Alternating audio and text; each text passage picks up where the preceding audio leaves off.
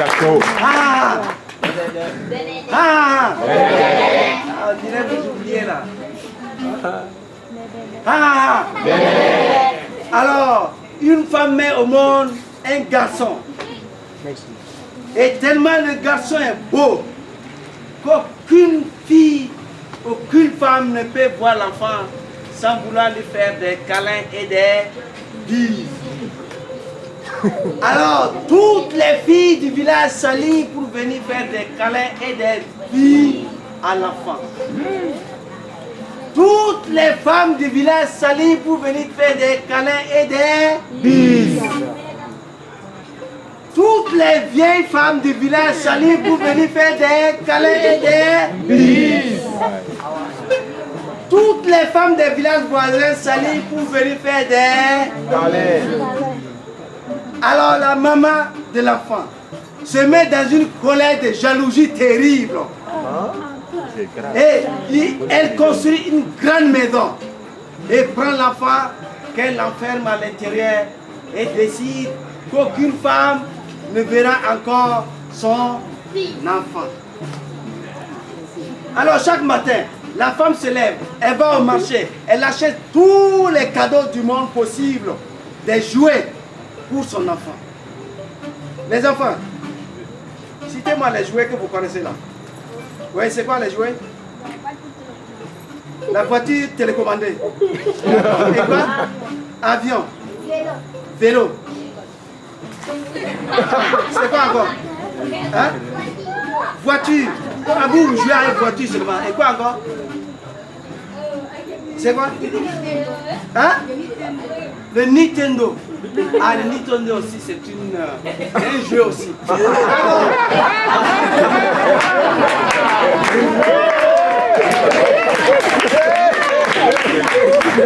Alors, la femme achète tous ces jouets qu'elle met dans son panier et elle porte, qu'elle amène à son enfant. Et elle donne les jouets à son enfant. Et son enfant qui joue avec, joue, jusqu'à l'enfant s'endort. Et le soir, la maman lave son enfant et lui frotte le corps avec du beurre de karité. Puis couche l'enfant sur le lit et elle-même, elle se couche sur le même lit. Alors l'enfant grandit, atteint l'âge du mariage sans mettre pied dehors. Et c'est comme ça qu'il continue à se coucher sur le même lit que sa maman. Alors jusqu'à la maman tombe enceinte.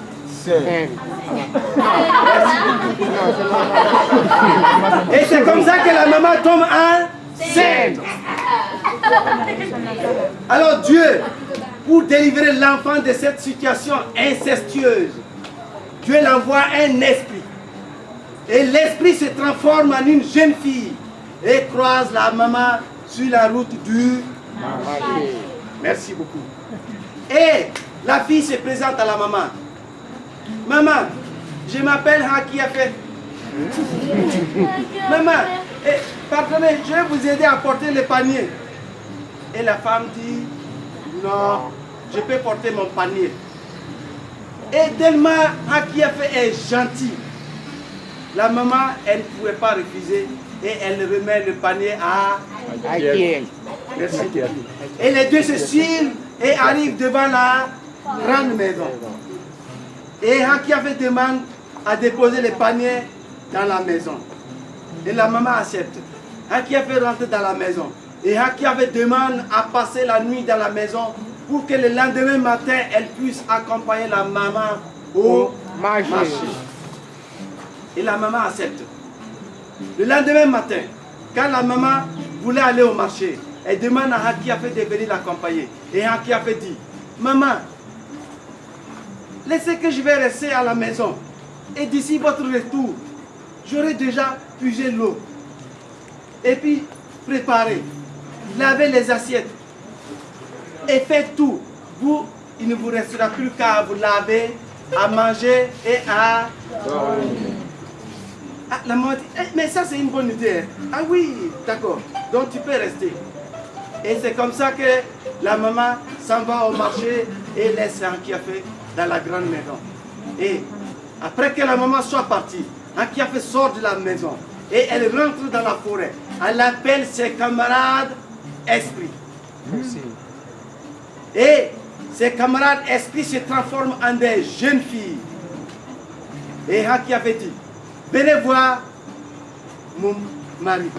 C'est moi qui ai le plus beau mari sur cette terre. Vous allez le voir. Venez.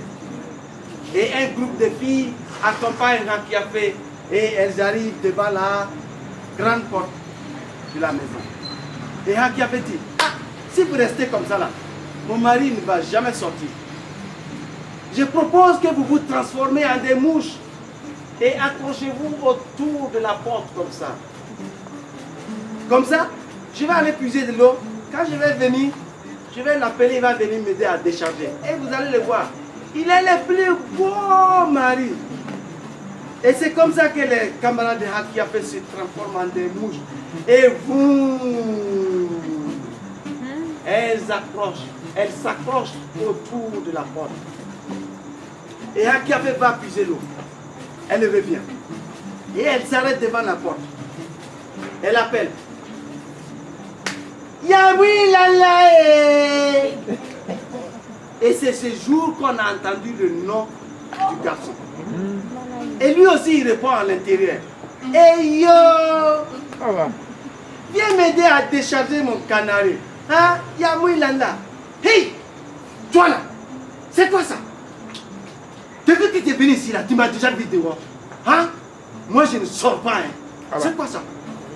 Hey, Yamoui Lala, regarde, hein, regarde le travail que ta maman m'a donné. C'est moi qui dois puiser l'eau, c'est moi qui dois casser le bois, c'est moi qui dois préparer, c'est moi qui dois laver les assiettes. Et toi, tu ne veux même pas m'aider.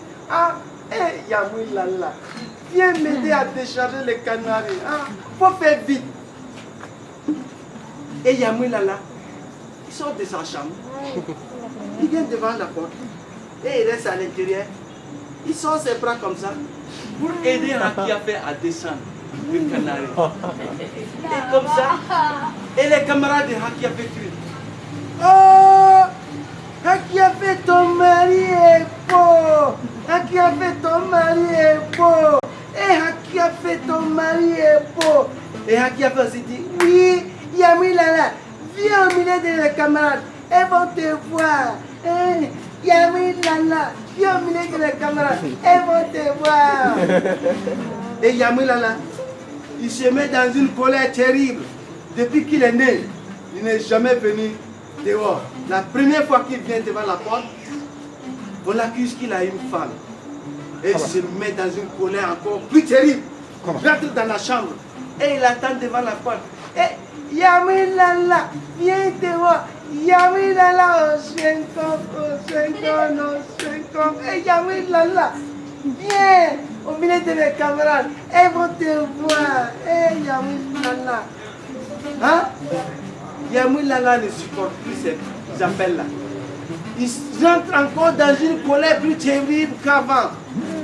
Et il décide même de quitter la maison là. Merci. Il rentre dans sa chambre. Et il prend son pantalon d'exil qu'il porte. Il prend son habit d'exil qu'il porte. Et il prend son chapeau d'exil qu'il porte.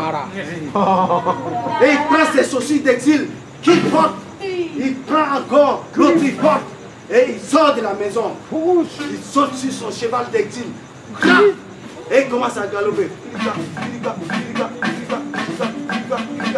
C'est dans ce moment que la maman revenait du marché. Elle aperçoit le... c'est mon enfant. Yaoui Lala. Yo. Mwere bewe Hakiafé yino bieni mwemito. Bini sazo. Bini sazo. Hakiafé Beniso. La femme appelle son enfant de revenir. Et Hakiafé dit à Yaoui Lala de repartir où il partait. Et Yaoui Lala commence à galoper encore. Kirika, kirika, kirika, kirika, kirika. La femme appelle encore. Yaoui Lala. Yo. Mwere bewe haki abenyo bieni bieni mbemijo. Bini bini sazo. Bini bini sazo. Haki abenyo so. Bini la. Oh.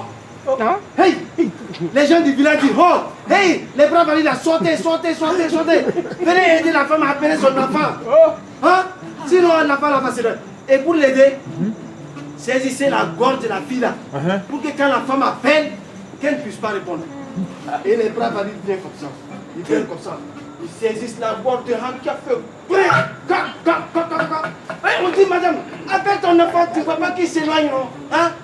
Et Yahweh la la yo Weli bewe haki abenyo bieni bieni mbemijo. Bini bini sazo. Bini bini sazo. Haki abenyo bini la et quoi? Malgré qu'on a saisi sa gorge, elle parle.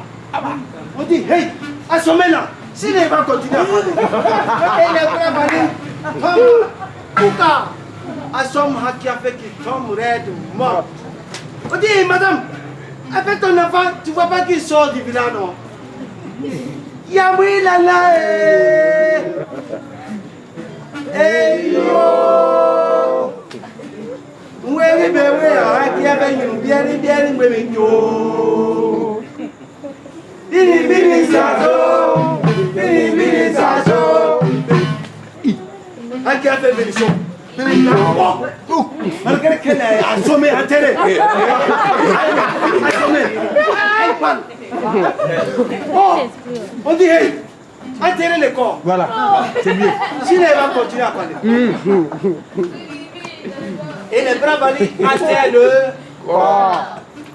On dit hey, madame, appelle ton enfant, tu vois pas qu'il s'éloigne du village, non? Yahweh la la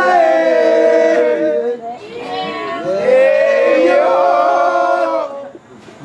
Mweri bewe haki abenyo bieni bieni mbemijo. Bini bini sazo. Bini bini sazo. Haki abenyo bini la.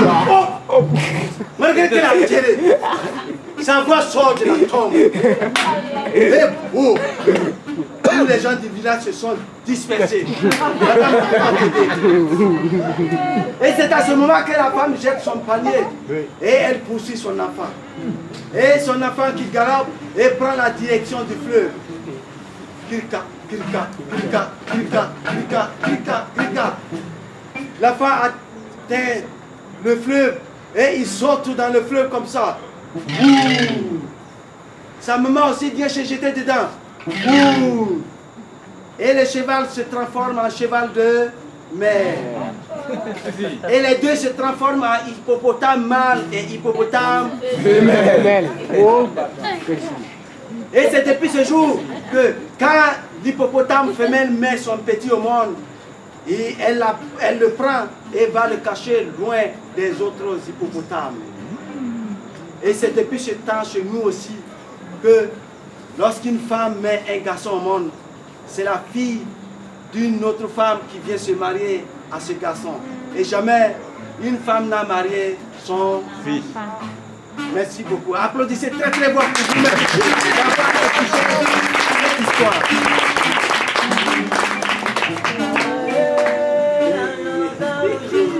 Hey!